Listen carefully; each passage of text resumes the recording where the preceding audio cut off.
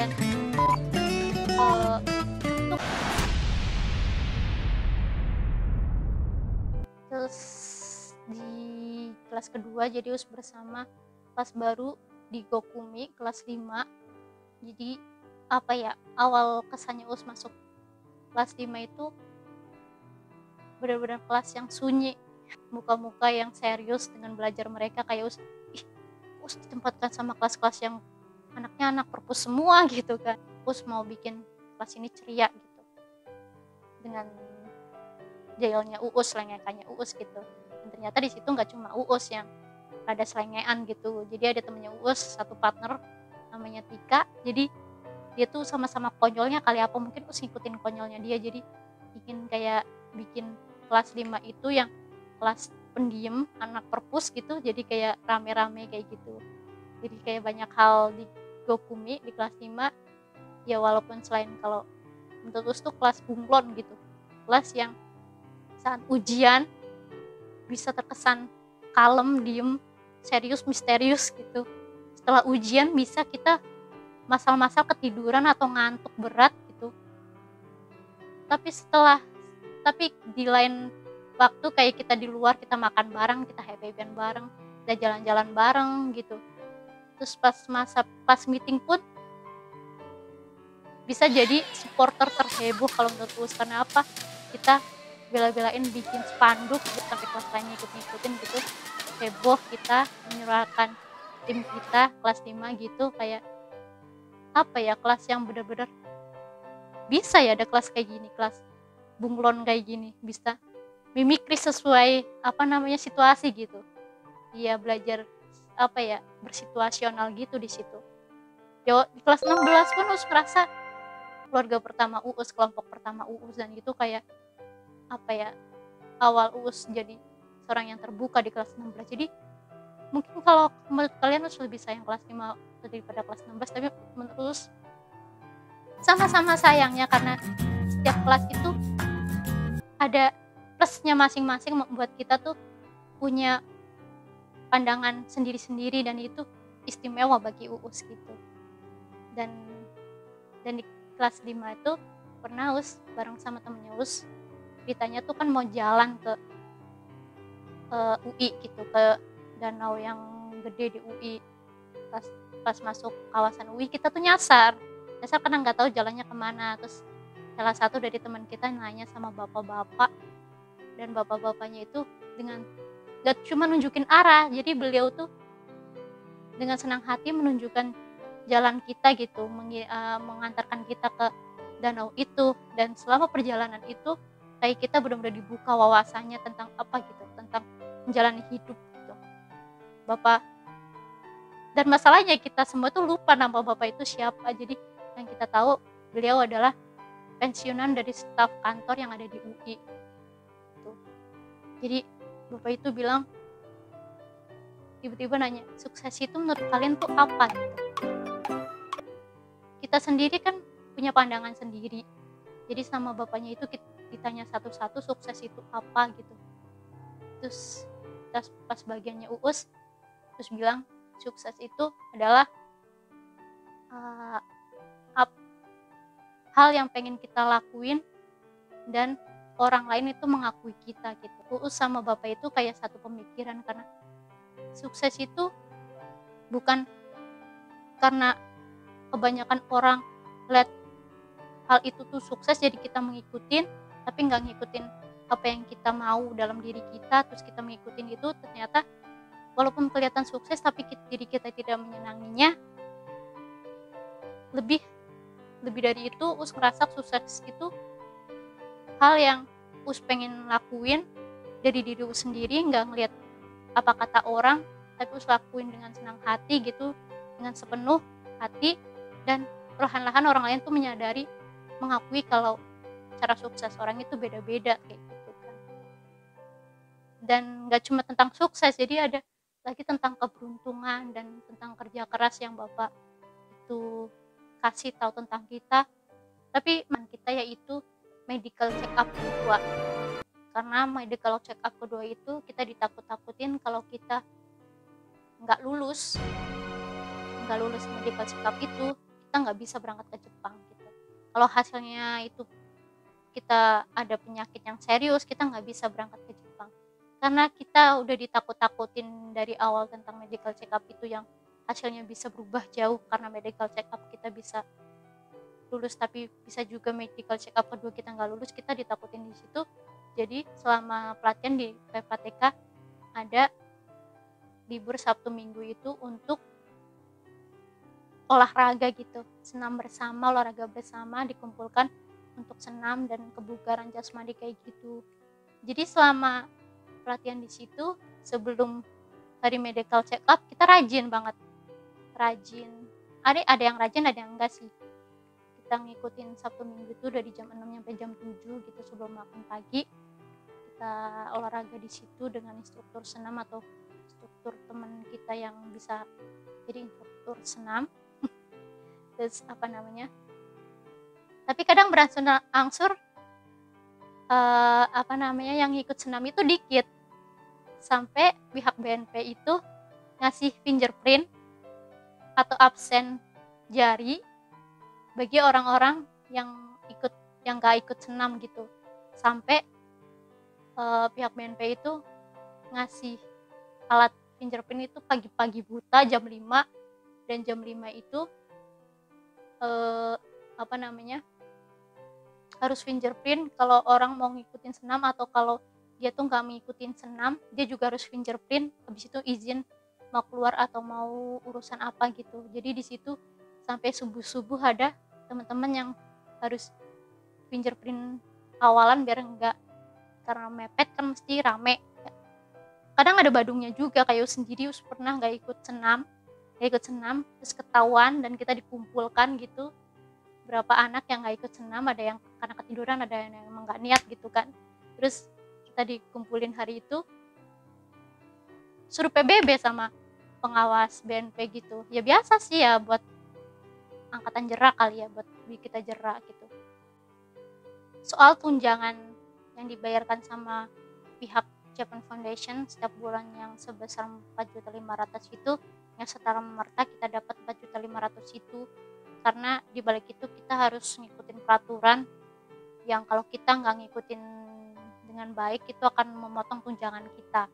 Salah satunya absen karena kita ada jam malam gitu kan, boleh keluar dari jam 5 sore nyampe jam 10 malam. Di luar itu kalau kita sampai fingerprint di atas jam 10 terus ketahuan itu, kita dipotong gajinya itu. Terus ada lagi, selama di PMPATK itu nggak boleh moto lingkungan PMPATK. Entah itu kita lagi belajar terus kita moto buku kita, atau kita moto langit pas di PMPATK, atau moto kucing-kucing yang ada di situ terus kita share, terus ketahuan sama pihak Japan Foundation. Kalau sampai ketahuan pihak Japan Foundation, kepotong tunjangan kita.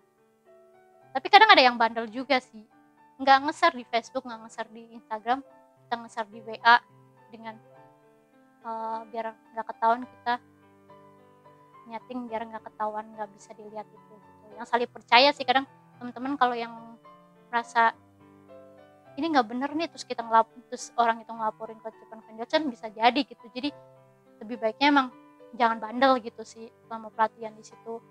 Terus ada lagi, kalau di luar pembelajaran itu kita tidak memakai ID card warna merah itu, ada lagi itu ada pelanggaran sama pihak BNP, dan itu konsekuensinya kita kalau cowok harus push up, kalau cewek tuh harus squat jump.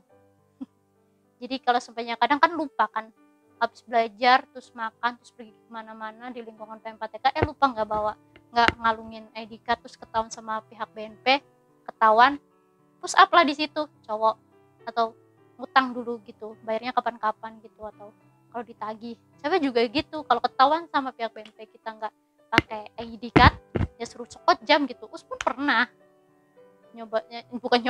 ketahuan nggak pakai dan harus squat jam selama 25 kali gitu. Dan tadi membahas tentang medical check up kedua yang jadi momok seram buat kita, sampai kita bela-belain senam tiap Sabtu Minggu biar jaga kebugaran kita, sampai pas mendekati hari medical check up itu borong susu beruang atau beli kelapa muda atau soda itu teman-teman buat ya jaga kebugaran kayak gitu. Sampai us tuh beli susu beruang itu seminggu sebelum medical check up itu satu krak gitu, nah itu isinya 10 kali ya, 10 botol, 10 kaleng kecil gitu kan. Ya macam-macam sih cara-cara menjaga kebugaran, ada yang minum soda campur susu, ada yang minum es kelapa muda gitu, macam-macam. Sampai selama berapa minggu sebelum medical check up itu sendiri tuh nggak berani makan jajan-jajanan di luar kayak makan bakso, mie ayam atau jajan-jajan yang junk food gitu, nggak berani gitu. Jadi selama berapa hari sebelum medical check up kita sendiri, walaupun kadang-kadang bosan makanan di kantin, kita makan di kantin gitu kan, karena lebih sehat dan gratis kan. Dan ternyata pas hari medical check up itu kan disesuaikan dengan kelasnya masing-masing, dibagi berapa kloter gitu.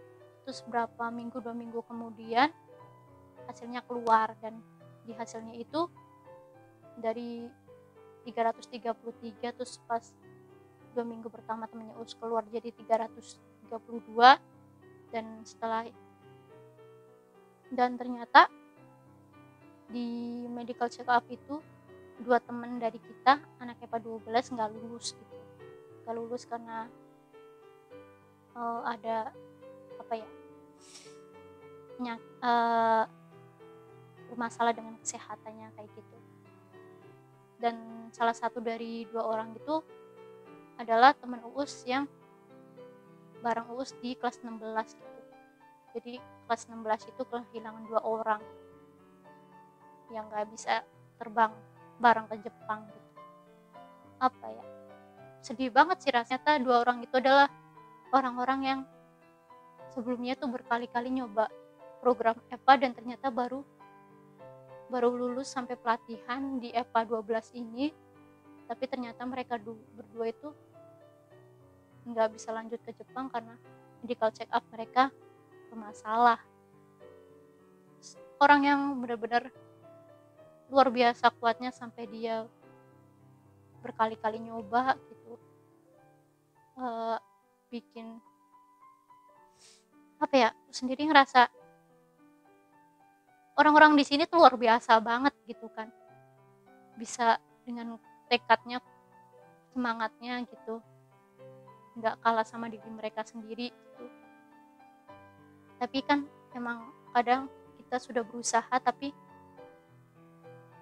Allah bisa berkehendak lain gitu, mungkin punya hal yang lebih baik dari teman-teman kita yang nggak masuk lanjut ke Jepang gitu kan. Terus saat itu juga sedih banget, terus nangis bareng temennya Us itu, nganterin sama teman-teman EPA lainnya, nganterin sampai dia ke bandara gitu. Ya di situ sih emang benar-benar apa ya, otak sama pikiran kita tuh benar-benar digojlok banyak hal gitu, emosional. Ya udah banyak banget ya ceritanya Us, sudah berapa sampai perutnya Us berbusa.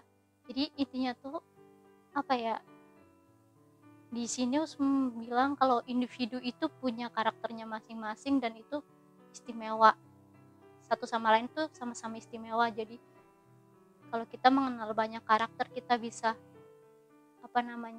memperdalam untuk menghadapi karakter-karakter itu sendiri, bisa bikin kita lebih bisa menghadapi masalah gitu sih. Karena kita di situ saling menguatkan, saling bisa memahami, saling bisa sama-sama berjuang gitu kan. Luar biasa banget bagi Us tuh. Terus kata bapak dan juga bapak-bapak yang bilang sukses itu saat kita bisa melakukan sesuatu yang kita inginkan dan orang lain tuh perlahan mengakuinya. Dan satu lagi, walaupun kita jatuh bangun, kita sakit-sakitan, kita sedih, sampai kita merasa tersaruk-saruk untuk mengikuti proses pembelajaran, tapi kita ternyata kuat sampai titik akhir pelatihan itu sebuah luar biasa gitu kan. Jadi kayak jangan takutlah berproses gitu. Walaupun proses itu bikin kita pegel-pegel, sakit-sakitan gitu, tapi akhirnya akan indah gitu.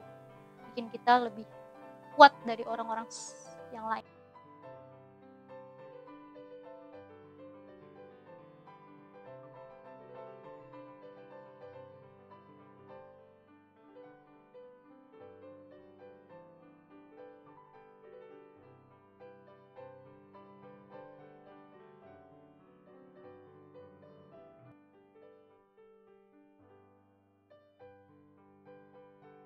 Ya, ya jangan lupa like, comment, subscribe ya. Dan sampai jumpa lagi di vlog selanjutnya.